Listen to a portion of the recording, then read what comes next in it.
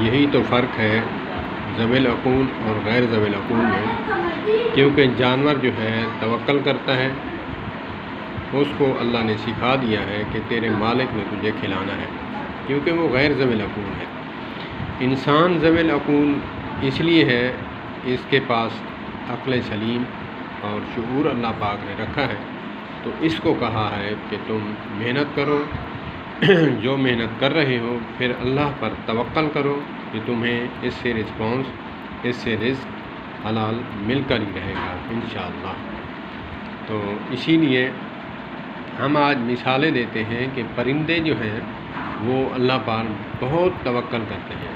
یہ صرف سمجھانے کے لیے ہے، بزرگ فرماتے ہیں کہ یہ صرف سمجھانے کے لیے ہے، ایسا نہیں ہے کہ ذوی العقول ہو کر، اشرف المخلوقات ہو کر آرام سے بیٹھا رہے اور شام کو اس کو رزق مل جائے گا، ایسا ہرگز نہیں ہے۔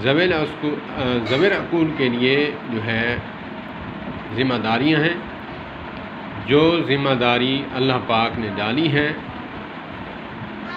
وہ پوری کریں، پھر توکل کریں۔ جیسے ایک صحابی رسول آئے، نئے مسلمان ہوئے تھے، تو مسائل سیکھنے آئے اونٹ پر۔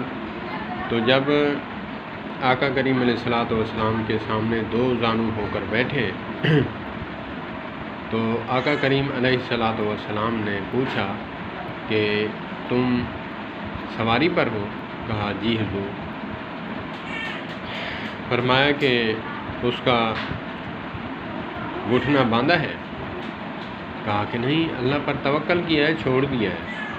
آقا کریم علیہ الصلوۃ والسلام نے ہمیں سمجھانے کے لیے کیا فرمایا؟ فرمایا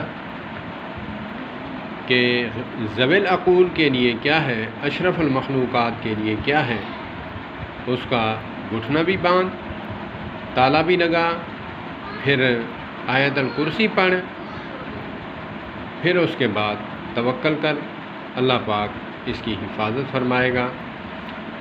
یہ نہیں کر کے تالا لگا کے پھر بھی سوچتا رہے یار میرے جو ہے گھر کو ڈاکو لوٹ لیں گے، تاڑا توڑ لیں گے، فلاں کر لیں گے، یہ پھر توکل کے منافی ہے۔ یہ بھی توکل کے منافی ہے کہ تالا کھلا چھوڑ کر، دروازہ کھول کر تم پردیس چلے جاؤ، میں اللہ پر توکل کرتا ہوں۔ لوگ بھی تمہیں جوتے ماریں گے اور اللہ بھی مارے گا کہ میں نے تجھے عقل سلیم دیا تھا، اور پیغمبر دو جہاں، آقا انعامدار، حبیب کبریا حضرت محمد کریم صلی اللہ تبارک و تعالی علیہ وآلہ وسلم میں نے بھیجا، تو نے اس کی تعلیم کو نہ پڑھا، نہ عمل کیا، نہ سنا،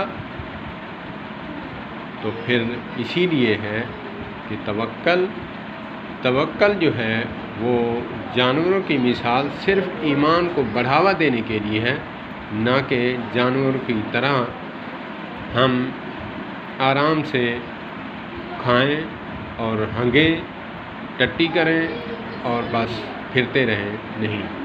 انسان کے لیے جو ہے وہ ضوابط اور قوانین موجود ہیں۔ اللہ پاک ہمیں اس پر عمل کرنے کی توفیق عطا فرمائے۔ اللہ پاک ہمیں علماء کے ساتھ وابستہ رکھیں۔ والسلام علیکم۔